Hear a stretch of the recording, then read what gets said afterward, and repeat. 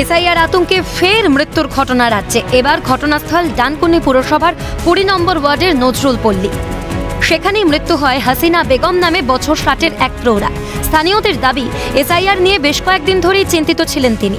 রবিবার সন্ধ্যায় হাসিনা বেগম অসুস্থ হয়ে পড়েন। তড়িঘড়ি হাসিনা বেগমকে হাসপাতালে নিয়ে গেলে চিকিৎসকরা তাঁকে মৃত বলে ঘোষণা করেন। এর আগে এসআইআর আতঙ্কে রাজ্যে বেশ কয়েকজনের মৃত্যুর ঘটনা সামনে এসেছে। গোটা ঘটনাটি নিয়ে বঙ্গ রাজনীতিতে শুরু হয়েছে রাজনৈতিক চর্চা। এই ইস্যুতে প্রথম থেকেই সরব হয়েছে কাশফুল শিবির। তৃণমূলের সর্বভারতীয় সাধারণ সম্পাদক অভিষেক বন্দ্যোপাধ্যায় জানান, এসআইআর শুরু হওয়ার পর রাজ্যে একের পর এক দুঃখজনক ঘটনা সামনে এসেছে। এসআইআর ঘোষণা হওয়ার পর থেকে একের পর এক দুর্ভাগ্যজনক ঘটনা জনসমক্ষে আসতে আমরা সকলে দেখেছি। 5 দিন 6 দিন হয়নি, ইতিমধ্যেই 6টার উপর আত্মহত্যার ঘটনা সামনে এসছে। একদম সেই পানিহাটির প্রদীপগড় থেকে শুরু করে তারপর আপনারা দেখেছিলেন ইলামবাজারে একজন 95 বছরের বয়স্ক বৃদ্ধ মানুষ, তিনি আত্মহত্যা করেন। সাথে একজন করেছেন তামিলনাড়ুতে, একজন বর্ধমানের জামালপুরের একজন ভদ্রলোক ছিলেন, তিনি বিষকে আত্মহত্যা করেছেন। তার সাথে আরও একজন ভর্তি ছিল, আমি একটু আগে খবর পেলাম তিনিও মারা গেছে। ডানকুনিতে একজন আত্মহত্যা করেছেন এসআইআর আতঙ্কে এবং ভয়। যদিও এই ইস্যুতে তৃণমূলকে বিততে ছাড়েনি পদ্ম শিবির। কেন্দ্রীয় প্রতিমন্ত্রী সুকান্ত মজুমদারের খোঁচা, এখন ডেঙ্গুতে মৃত্যু হলেও সার্টিফিকেটে লিখবে এসআইআর এ মৃত্যু হয়েছে। যদি বাংলাদেশের হন তাহলে মানসিক কষ্ট থাকবেন, অত্যন্ত স্বাভাবিক। দেশের কিনা আমরা জানি না, ভারতীয় হলে বা কোনো মানসিক কষ্টের ব্যাপার নেই। এখন যদি ডেঙ্গুতেও মরে সার্টিফিকেটে লিখবে হচ্ছে এসআইআর এ মারা গেছে। এসআইআর কোনো ইস্যুই নয়। তৈরি করা হচ্ছে পুরোটাই 26,000 চাকরি থেকে চোখ ঘোরানোর জন্য, চাকরি চলে যাওয়া থেকে, আরজিকর কাণ্ডে রেপ কাণ্ড থেকে চোখ ঘোরানোর জন্য, আমাদের বর্ধমানে দুর্গাপুরে আমাদের যে বোনটির সাথে রেপ হলো সেটা থেকে চোখ ঘোরানোর জন্য, আর বিপুল পরিমাণ দুর্নীতি তৃণমূল কংগ্রেসের প্রত্যেকটা নেতা নেত্রী দুর্নীতিতে নিমগ্ন, তার থেকে চোখ ঘোরানোর জন্য। একই সুর রাজ্য বিজেপির সভাপতি শ্রমিক ভট্টাচার্যের গলায়। তার কটাক্ষ, তৃণমূলের সবাই মিলেমিশে একটা ভালো চিত্রনাট্য তৈরি করুন। আমাদেরও বহু কর্মীকে মেরে টাঙিয়ে দেওয়া হয়েছে, তারপর বলা হয়েছে যে প্রেমে আঘাত পেয়ে ব্যর্থ প্রেমিক ঝুলে পড়েছে, কোনোটা বিবাহ বহির্ভূত সম্পর্কে ঝুলে পড়েছে। আমাদের মানুষগুলো বোঝে। আমি তো বারবার বলছি একটু ব্রাত্যর সঙ্গে আলোচনা করতে। ব্রাত্য অত্যন্ত প্রতিভাবান একজন নাট্যকার, একাডেমি পুরস্কার পেয়েছে।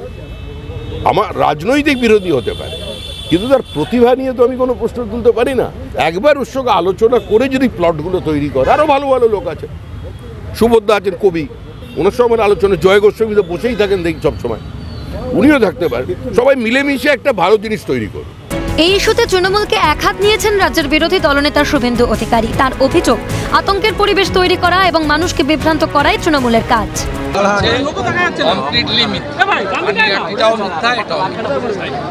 এবং 7ই ফেব্রুয়ারি পর্যন্ত যত সুইসাইড হবে, অ্যাক্সিডেন্ট হবে, ন্যাচারাল ক্যালামিটিতে মারা যাবে, এমনকি সাপে কাটাও মারা যাবে, সবই তৃণমূল চালাবে। আতঙ্কের পরিবেশ তৈরি করা, মানুষকে বিভ্রান্ত করা, এটা হচ্ছে তৃণমূলের কাজ। ডানকুনির এই ঘটনা নিয়ে রাজ্যের শাসক দলকে বিঁধেছে বামেরা। সিপিআইএম নেতা শতরূপ ঘোষের খোঁচা, তৃণমূলের কর্মীদের ঘ্রাণ শক্তি লালবাজারের পুলিশের থেকেও তীব্র, তাই তারা অনেক দূর থেকেই বুঝে যাচ্ছেন কে কিভাবে মারা যাচ্ছেন। এখন দেখছি বাংলা এসআইআর চালু হয়ে যাওয়ার পরে একমাত্র মমতা বন্দ্যোপাধ্যায় বেঁচে আছেন, আর বাকি সবাই এসআইআর এর ভয়ে মারা যাচ্ছে। সুতরাং এটা কি হচ্ছে সত্যি আমরা বুঝতে পারছি না। কিন্তু তৃণমূল কংগ্রেসের কর্মীদের নাকের ঘ্রাণ শক্তি লালবাজারের কুকুরদের থেকেও তীব্র। সুতরাং তারা অনেক দূর থেকে বন্ধ পেয়ে যাচ্ছে কে কিসে মারা গেছে। ওদের সাথে তো তার প্রতিযোগিতা আমরা পেরে উঠবো না। যদিও বিরোধীদের তোলা যাবতীয় অভিযোগ উড়িয়ে দিয়েছে বঙ্গের শাসক দল। তৃণমূলের রাজ্য সাধারণ সম্পাদক কুণাল ঘোষের দাবি, বিজেপি যে আতঙ্ক তৈরি করছে তার জেরেই মানুষ এই ধরনের পরিস্থিতির মুখে পড়ছেন। মৃত্যু নিয়ে আমরা কোনো রাজনীতি করছি না। আপনি যদি দেখেন পশ্চিমবঙ্গে দৈনিক গড়ে সাধারণ মৃত্যু, বয়সজনিত কারণে মৃত্যু, অসুস্থতায় মৃত্যু, দুর্ঘটনায় মৃত্যু, সে সংখ্যাটা তো অনেক বড়। মৃত্যু নিয়ে আমরা কেন রাজনীতি করব? যাদের পরিবার বলছেন যে এই এসআইআর বা এনআরসি জনিত আতঙ্কে আছেন, সুইসাইড করেছেন, নোট লিখেছেন, চেষ্টা করেছেন, টেনশনে চাপে হার্ট অ্যাটাক হয়েছে, যাদের পরিবার বলছেন,